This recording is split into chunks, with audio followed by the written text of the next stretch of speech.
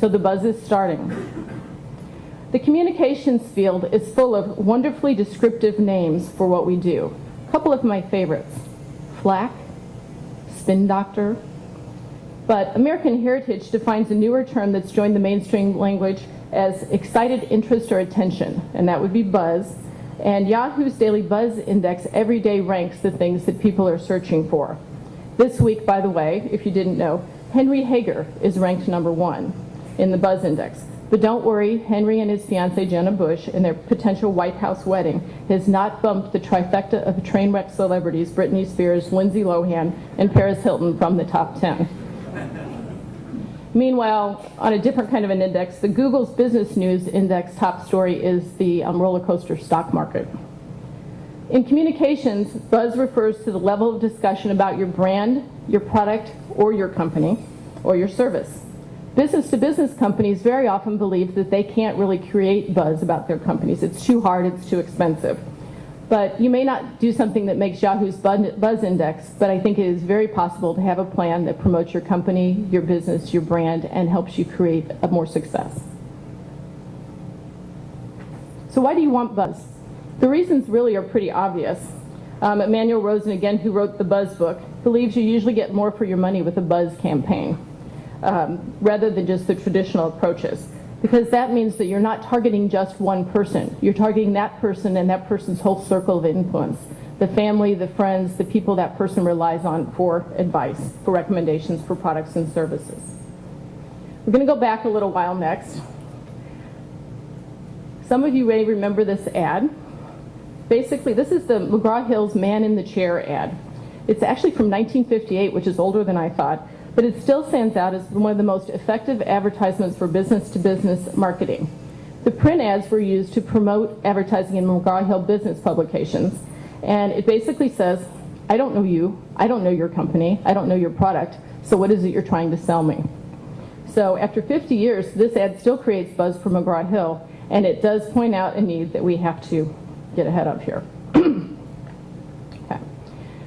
It's important to know what sources we trust as we talk about a buzz campaign. Direct experience and word of mouth are the most trusted. The latest Trusted Media Index from Golan Harris shows that more than ever before, people do value their direct experiences, word of mouth from their trusted circle of advisors, including their family, their friends, and their business associates. Think about it. How do you find a doctor, an attorney, or a car dealer, or a public relations firm? It's usually by asking somebody who's good and getting a referral. It certainly holds true for our company. We are grateful that most of our business comes from referrals and we're not having to do a lot of cold calls, because for those of you who are doing that, that's not a whole lot of fun. I'm sure KMOX folks in the room are glad to hear that radio is maintaining trust while some other media are losing some favor with audiences. And again, I do agree with Rosen, but I also believe that the best start for any campaign, a buzz campaign or any campaign, is starting with a strategy and a plan.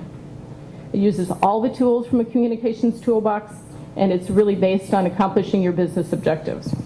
So today, I want to cover really the full range, from the basics to the buzz to how you build up to a roar. The key to the new channel, or the digital and the social media channels, is that they are steadily gaining trust. So it's something that those of us who didn't really grow up in that digital marketing arena have to pay attention to.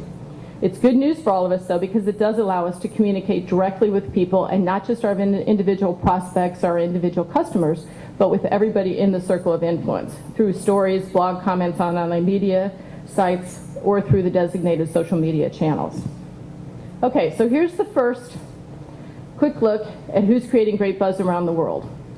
And I have, courtesy of the St. Louis Zoo, an adoption for an African lion, for the person who can guess who has the most buzz in the world, most powerful global brand. Just yell it out. Okay. We have a winner, and the winner is Google. And congratulations, it's Google, not just for its products, but for the company. It was ranked as one of the 100 best companies to work for. It has its employees creating buzz, and that's a very strong way to do it. Next is General Electric. That may be due to a couple of hit shows like 30 Rock. Then we have Microsoft, which, by the way, won't let you use the logo. They won't give you permission, so there's Microsoft. Coca-Cola, and China Mobile. We all probably are not as familiar with China Mobile, but it probably has something to do with 520 million cell phone users in China. Obviously, these are national, global brands. They have, some of them, very, very large advertising budgets. So how can we, with smaller companies, hope to compete with that? So that's what we want to talk about today. Here are a few St. Louis newsmakers. We kind of took a poll around the office of who were the newsmakers, who was getting buzz, negative or positive. So instead of a worldwide audience, we all may be just dealing with people in St. Louis County. So these are a few people making noise here. Engineered support. It's been really an interesting time for those executives. Ameren, the good, the bad, and the ugly. These guys have had a lot of trouble, but you've seen in the past couple months some things that are customer-focused outreach programs that they're really trying to listen. Washington Avenue, for those of you who haven't been downtown, go down there. Wow, there's a lot of stuff going on down there. Highway 40.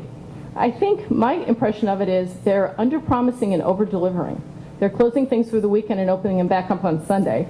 And they're doing programs that are getting started like Project Get Around and Midtown 4, which is those are designed grants for MoDOT to help the companies who are in between the part that's closed so that people will still use those businesses. And I think those are some nice things that they're doing.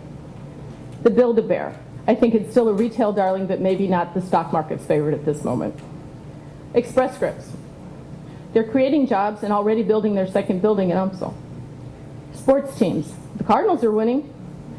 The Blues have new owners, and they are doing everything they can think of to bring back their fans. The Rams have some exciting new players, and we're going to see that offense one of these days. And Monsanto has had really good stock performance lately, new crops approved, and making it true that we are the BioBelt, the center of plant and life sciences. So we have opportunities to roar. American Heritage says about roaring that it's making or producing a loud noise or din. And obviously some companies are able to get beyond buzz and create a roar. There are a lot of different ways to do this. The idea is that we want to create raving fans. We want our clients and our people to understand that they love us, they want to use us, they're very loyal, and they work with us.